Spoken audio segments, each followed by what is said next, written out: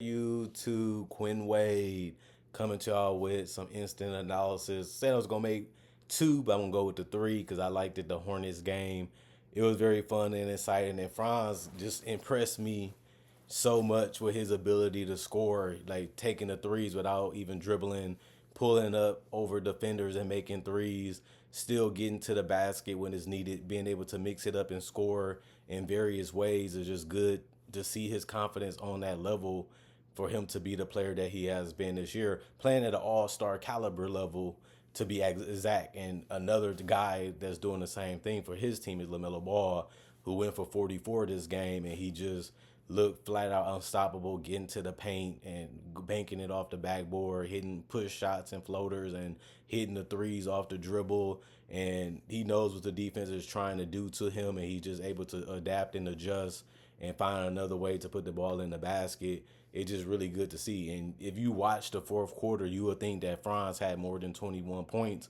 The way he was shooting the shots he was taking, he just got hot and he picked his spots at the right time and was able to score. And he was able to trust his team defensively to get stops. And then he was able to put the ball in the basket, or they was able to get transition. And he was one of the guys that was getting out in transition too. But the bench really came in and helped Franz out this game. They really came in and used their size and their athleticism, their mobility. They knocked down timely threes and other shots on the court, and their defense was able to get them there. The Hornets, 84 points. The Magic, 95 points, so 95 to 84. The Hornets fall to 6-11. The Magic's improved to 12-7. This is a season that you would have thought would have been done. Some people said they might lose a whole lot of games because Paulo ain't in no timetable to come back, but they still been winning. They've been doing it by committee, and it's just good to see. But Charlotte did start the first quarter and ended it 25-18 real well. But Orlando bounced back in the second quarter, outscoring them 24 to 21 by 3 points. They both only scored 16 points in the third quarter each, and then Orlando just went on that huge momentum shift in the fourth quarter, and they went on a 37 to 22 run in that fourth quarter. Might as well look at it that way because they just literally kept pouring it on to the Hornets, and they was able to create some distance. They was able to get themselves a cushion, and they was able to put themselves in a position to where it looked like they was winning. They was going to win, and ultimately they ended up doing that. Tristan da Silva, 9 points, one personal foul, one steal, one assist, three rebounds. One of was offensive, one of 8 from the 3-point line, 4 of 13 from the field. Franz, he had 21 points. He led everybody scoring on Orlando, and it just shows you how good this team played together, especially when the bench players came in, that the leading scorer didn't score that many points, and they was able to win by double figures. Three personal fouls, one turnover, two blocks, four steals, 7 assists, one rebound, 3 of 6 from the free throw line, 2 of 5 from three, 8 of 17 from the field. Goga Batatse, 6 points for him, -4 and plus minus, one personal foul, one turnover, one block, one steal, 2 assists, 4 rebounds. Two of them was offensive rebounds, 3 of 6 from the field. Kentavious Caldwell Pope hasn't really done much as people thought that he would.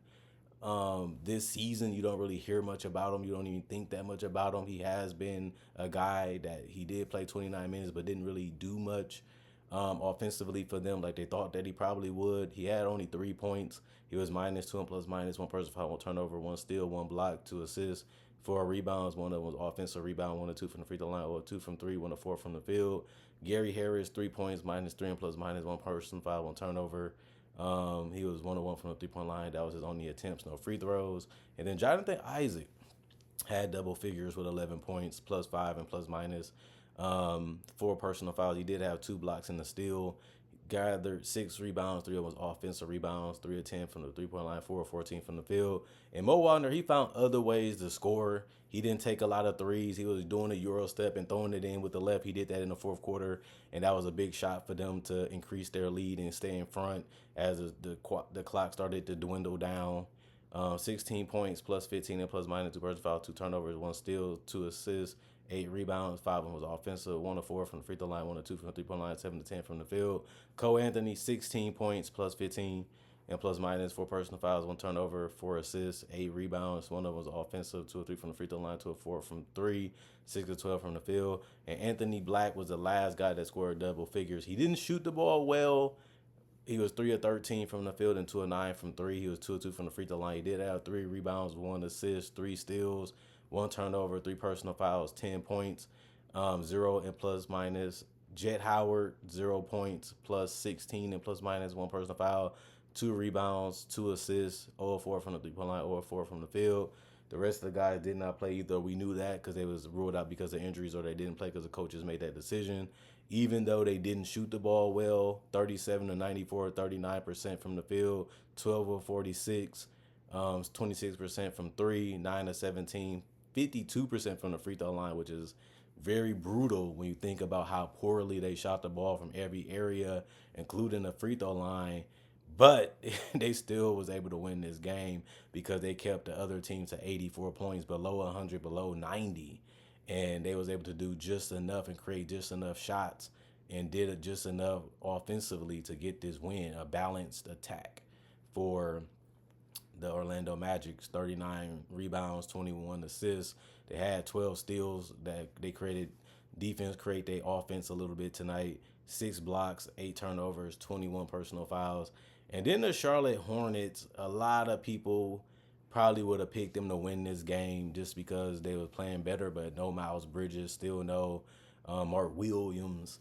And that really hurted them tonight because they just didn't have much people to go to for offense outside of B. Miller and LaMelo, which has been a common theme of them this year. Taj Gibson, 2 points, minus 8 and plus minus one personal foul, 3 turnovers, 1 steal, 7 rebounds, 6 of them was offensive rebounds, 1 of 4 from the field. Brandon Miller, 20 points, minus 13 and plus minus 4 personal fouls. He did have 6 turnovers, 1 steal, 4 assists, 10 rebounds, or 20 and 10 for Brandon Miller. One of was an offensive rebound, 6 of 7 from the free throw line, 2 of 7 from three, 6 of 17 from the field.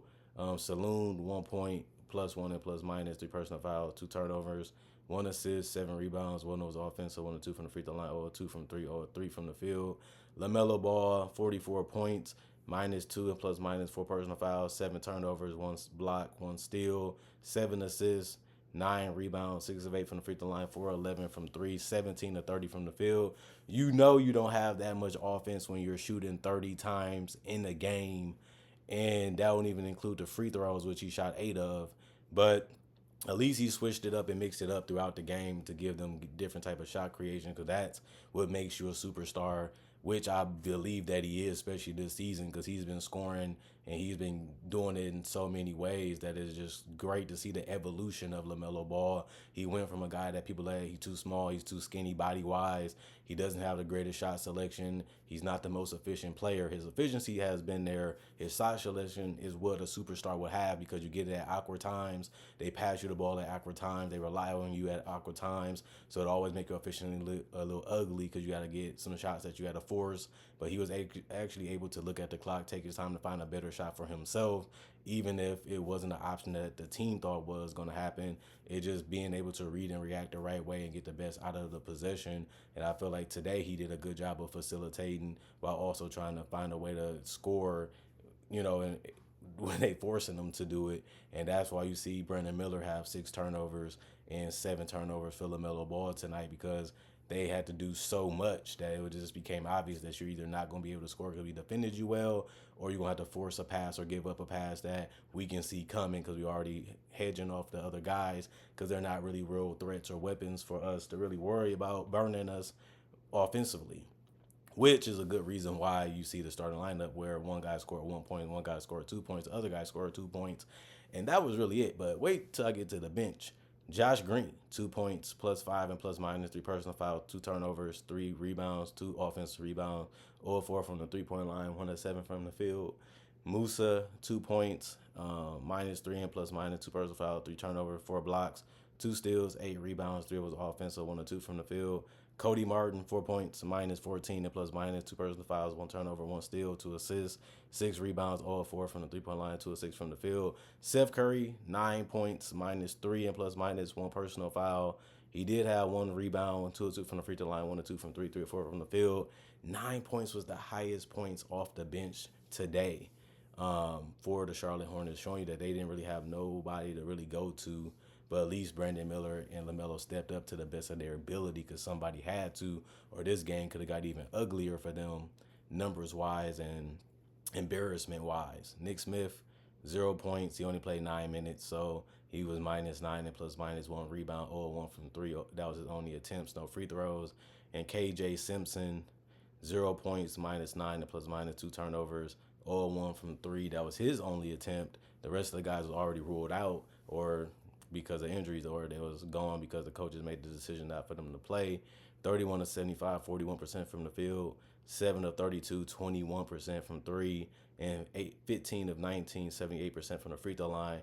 They did get 52 rebounds, which was a huge advantage for them. 14 assists, 6 steals, 5 blocks, 26 turnovers, and 20 personal fouls. And that is basically how the game went. Just the Magic just taking their time and getting into their sets, or going isolation with Franz or Mo, getting closed out and just exposing the closeout, putting the ball on the floor and trying to make shots for himself or make plays. That's all you can really do when you have the talent that they have, but at least they're still figuring it out. At least they still feel like if we trust ourselves and make the right play and defend the right way, we got a shot to slow down and give ourselves a chance to beat anybody. Plus, if you get the steals or you get the blocks, it creates transition, gets you 2 points, gets you 4 points, gets you 6 points, gets you 12 points. That's a big difference when you're in a close game anyway, because you only got to do a 4 point, 5 point lead to be able to close it out, even with the free throws. If your opponent really gets desperate, it puts you in a situation to where all you have to do is just be patient.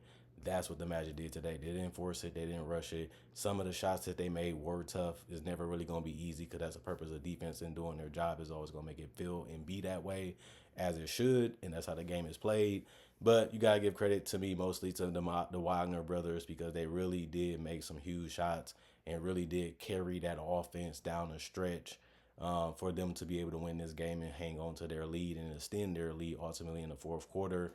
And Franz, man, he's looking like a good shot creator now. He didn't take crazy amount of shots, but he did sit there and just kept making the tough ones, kept making the hard ones. And he didn't even get off to a great game shooting the ball, especially from three, but he was able to get it hot when it mattered, and that was the fourth quarter. So just a great hard-earned win for the Orlando Magic, and this is a team where they should beat them, even though they're on the same type of level. But with Miles Bridges gone, Mark Williams gone, Grant Williams gone, this is a game that you got to come in and try to win, and this is what they ended up doing. And I'm proud of what they have been doing this entire year, because once you lose your best player and your best scorer, it's really tough to reconstruct your whole game and your whole game plan, your whole offense, and do it against other great NBA teams and players, and still have success that way. And it didn't get off to a great start at first. When they lost Paulo, they did get on a losing skid, and they was able to figure out how to get it back figured out. It took some scrimmages, took some camps for them to be able to do it, but they figured it out. You gotta give credit to the coach for not disbelieving in this team, for finding other ways to get the best out of the players that they have available. And that's what they're supposed to do. That's their job, and you have to give them credit when they do it successfully. And that's what they're doing in Orlando. And even if they're away from home, they still getting it done too. You like to see that. That's why they was a team that was top 6 last year, in the Eastern Conference, which a lot of people didn't really have them being, but they was able to get it done with their own belief in themselves as a team and as an organization. And this year is just another example of that. And that just shows you how consistently good this team has been as a unit. And it's going to be interesting to see how they ascend up the East in the future, even this season, as they want to be more than just a playoff team. They want to be a legitimate contender and a legitimate threat to being able to win a championship. And we'll see what they do to eventually try to find a way to get from middle to the top. And it's going to be tough. It's going to be hard. They know it. They feel it. They already seen it this year and last year. But at least they're figuring it out and doing it patiently. And that's all you can really do if you want it to work out the right way with the right group of guys. It takes time. It takes time, and you appreciate it when you're in that grind and you get to where you want to be and you accomplish the goals you want to accomplish, which this team has been able to do in incremental steps. Other than that, comment, like, subscribe, share, hit the notification bell for more analysis. And if you're new to the channel, I do NBA content only, and I do break down games, players, legends, and even rookies and future players, because this channel still makes content. I make all the content. So if you like this type of video, I make a variety of these type of videos too. Check out my channel. You like the videos on my channel, you like what I do, then become a subscriber. And thanks for everybody that clicks off, click on. Thanks for everybody that watches. Thanks for everybody that enjoys the content, even if you're a subscriber or not, because I got other platforms that you have to subscribe to. But As long as you got your favorite platform to watch that analysis, I'm happy for you because I know that you guys love hearing what I got to say. Y'all love watching what I do. And that's why I continue to do the things I do the way I do them because you are already a fan of that. So I understand it. I see it. But I wasn't supposed to be giving y'all this one, but I gave y'all this one just because y'all needed more of that analysis. It's kind of funny how I make so many videos and you guys continue to watch them and then you're always wanting more. You're always saying, great videos, great content. I'm loving everything you're doing. I'm loving what you're putting out. Can you give us this? Can you give us that? I just gave you 100, gave you another 100, gave you another 50, and now I'm almost at 3K videos turned in for a career, which is funny that I was making them for fun, and I seen how much that people really enjoy doing it even in person.